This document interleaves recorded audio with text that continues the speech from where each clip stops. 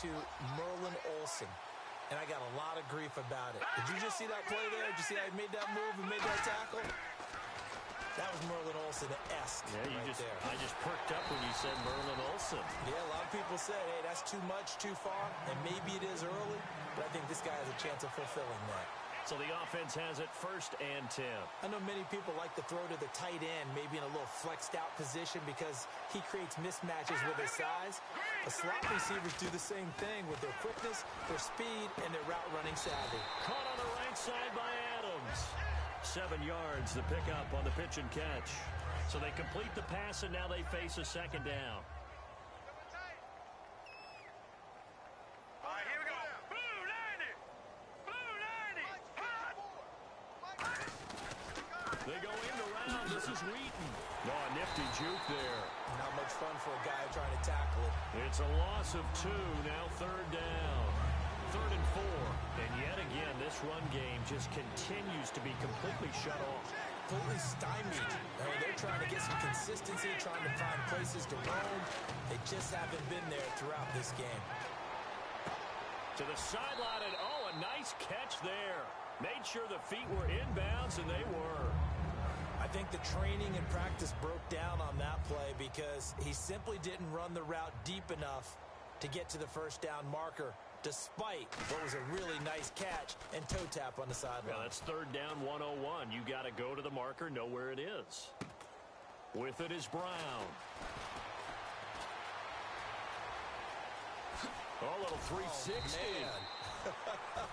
Great blocking, nearly sprung him there. 28-yard return. And the offense will come back onto the field for the 1st and 10. Here comes the Seahawks offensive unit. They'll have it first to begin the 3rd. They have the lead here. Well, we talk a lot about pregame speeches. What are halftime speeches like? For the most part, not nearly as emotional. They're a lot more clinical. Every now and then, though, they'll get after you if they think they need to light a fire. But in this case, let's go into the virtual locker room, because here's what I think happened. They got in there and they said, listen, let's take control right away. Defense, we got the lead. Defense, don't give up any points. Turn the ball back over to the offense and let them go down and score and give us more of a cushion in the game. Check so far. Defense shut them down. Let's see what the offense gets done. And a good quarterback facing zone coverage. If he has just a little bit of time to survey the scene, that's what's going to happen. No doubt about it. If there's no pressure, he's going to continue to pick them apart because he'll have all that time to find someone open downfield. You can only cover for so long. So maybe they want to go to a zone blitz scheme, get a little bit more pressure.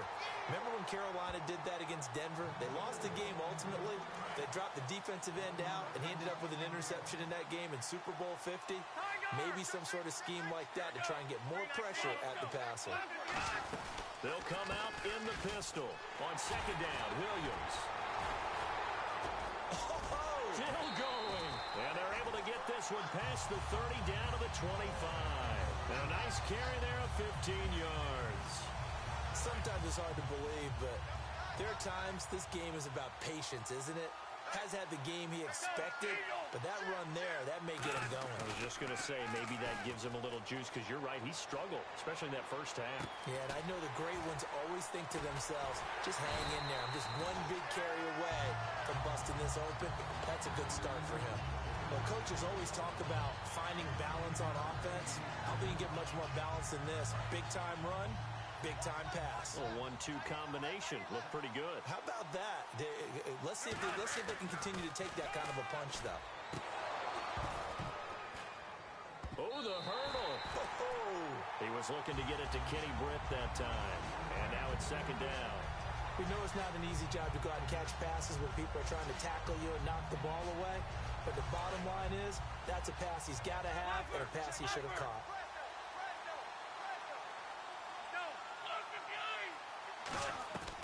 They'll get their receiver involved here. It's Brown. So he got free of one tackle but couldn't do a whole lot else. He only got a couple on that one, so not a ton of help. They'll have a 3rd and 8 forthcoming. You know how we get focused at end of the half and end of the game situations about how much time's on the board and, you know, what you need to do? Sometimes you don't even have to worry about that. That's just smart football. You know, that kind of a lead, staying in bounds, it burns clock, even in a situation that we're not really focused on it. And I think the ball's out, and the Jags grab it. When I see a play like that, I come back to risk-reward. I don't know about you, but is it worth it at that point, whatever you're going to pick up, to either take the hit, and in this case, lose the football? Should have gone down. I mean, hindsight's always 20/20, but that's the safe play. You're exactly right. Hindsight's really never wrong, is it? Because you can analyze it, but I think ultimately you got to look at it as a first option, taking care of the ball, getting what you can, and that's it. Don't worry about it anymore. Green 39! Green 39! 3 quarters in the books. We will return with more of Draft Champions on EA Sports. Back now in Foxborough. A lot of happy faces in the crowd at this point as their guys have a big lead here to start quarter number 4. Double tight, double tight. Double tight. 4 down. Let's go. Over. They go again with Blue. And he stopped immediately there. Back-to-back 1-yard runs here, so that leaves him with a 3rd down and 8. Partner, you know I love to point out when teams break tendency and do something a little bit different from the norm.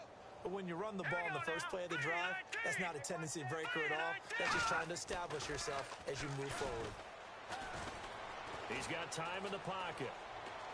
Great protection. He's going to air one out. And a shot taken on 3rd down, unsuccessful. 4th down now. Well, they haven't had a whole lot of success in the passing game here. Now, in the second half, he's thinking, I guess maybe just take a shot deep. I think you're right. Almost looking for a bailout, isn't he? Can my receiver go up and make a big play for me? Can I create a penalty downfield, maybe pick up an interference call and get that yardage downfield?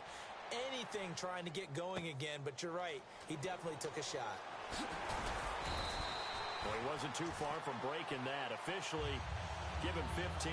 And possession will switch hands, 1st and 10. The Seattle now ready to march out of the field. And so close to hitting pay dirt last time. Fumbling down near the goal line. Now, how does that affect their psyche this time around?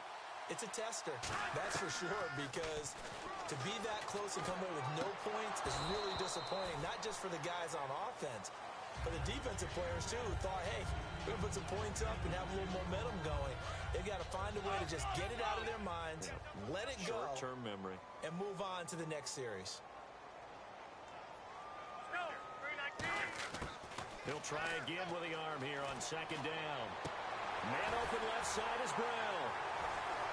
And he's going to get this inside the 30. A good pick up there of 20 yards. And defensively, they were in zone coverage there. Do you have to be a little careful? You're losing playing against a good quarterback like he is to not play too much zone? Yeah, you have to be careful about how much time you're giving up. I think it's a good point you just brought up. So maybe if you still want to play zone, you go to a zone blitz scheme. And you can drop anyone out of your defensive front. Defensive end, defensive tackle. It doesn't matter. You just exchange someone to bring more pressure towards the quarterback and still try and cover downfield. Completed pass play. Now let's see if they go back to the air or to the ground. 1 receiver left, 2 to the right. They'll set up a throw. Thrown across his body, and it's intercepted. Picked off by Quandre Diggs. And a big turnover there as his guys will get the football back. And out now comes Jacksonville as they get ready to go. And with this deficit, you can't have too many more drives like the last drive where you had to punt it away. You know what I would tell my offense right here? The punter doesn't exist, guys.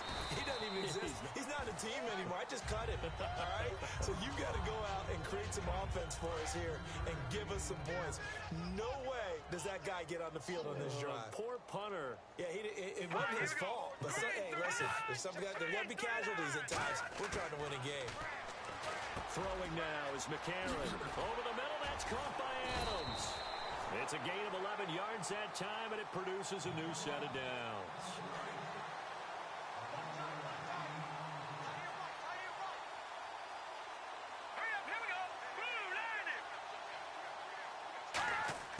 McCarron now on 1st down. Out left here, it's complete to Wheaton. 7 yards, the pickup on the pitch and catch. He had time, was able to survey the field and find a soft spot in that zone coverage. And that's where it gets difficult for a defender, Brandon. You go to your spots on the field that you have to cover, and when the offense finds an area that you're not in, that's where they throw the football. Time for a break. This one, all over but the shouting. We'll finish it after this. So it's Jaguar football here as we welcome you back. They're looking at second down now as they search for a consolation score. Let's go. Blue 90. McCarron to throw once more. Then he drops it incomplete, and their struggles continue here. On any passes in the middle of the field, anyone who's going after the football is going to be conscious that it's probably going to be contested, and often physically. Sometimes that leads to drops. Hurry up, here we go. McCarron going to try and throw on third down. Drops it to Blue, complete. And he will have a first down here at about the 40. A nice pickup there of 11 yards, and it'll move the sticks. First down and 10 now for the offensive group. Would it be safe to say that as precise as routes are supposed to be run in the NFL, maybe they're not quite as precise in college ball? That's accurate, yeah. And I think we saw a college route in the NFL there. Just find the soft spot, find the dead zone, and find the first down. And that's what he just did. I hope I don't sound too rah-rah on that one, but that's the exact right throw. Either your receiver gets it or no one gets it. Give him a lot of credit for being really precise with it. Got rid of it. No one got it. Now hold everything here. We're going to get a timeout by the offense. And we're back. The offense had a chance to talk things over, and we'll see what they come up with here on this next play. A nickel back added defensively as they look to stop this 3rd and 8. Now here's McCarron on third. Incomplete on the right side. It's Tammy. They get only 4 that time as that leads us to a 4th down.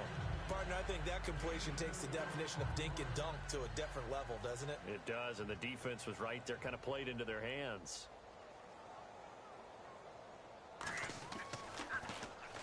He gets this one away, and boy, it's another boomer.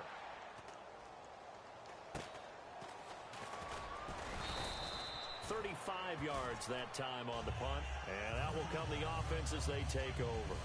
Now out comes their leader and the captain of this offense back onto the field. And the stats on the screen tell the story. A great start. This defense, they made some good adjustments, though. He's fallen off since. Have to like what they did at the half, but you also have to like the fact that they hung in there. Despite the fact they had a tough first half, he was locked in, right? Rocking and rolling. They came out, made their adjustments, got their confidence back. Now they're causing them all sorts of trouble. I know you're trying to wring every yard out of a run, but I think 9 yards there is ideal in this situation. Yeah, now next couple plays, you only need 1 yard. Keep that clock rolling with a lead here in the 4th. Yeah, what you're saying is maybe if it takes you 1 or 2 more runs to get the first down, that's extra time, extra plays, really hurts the team on defense.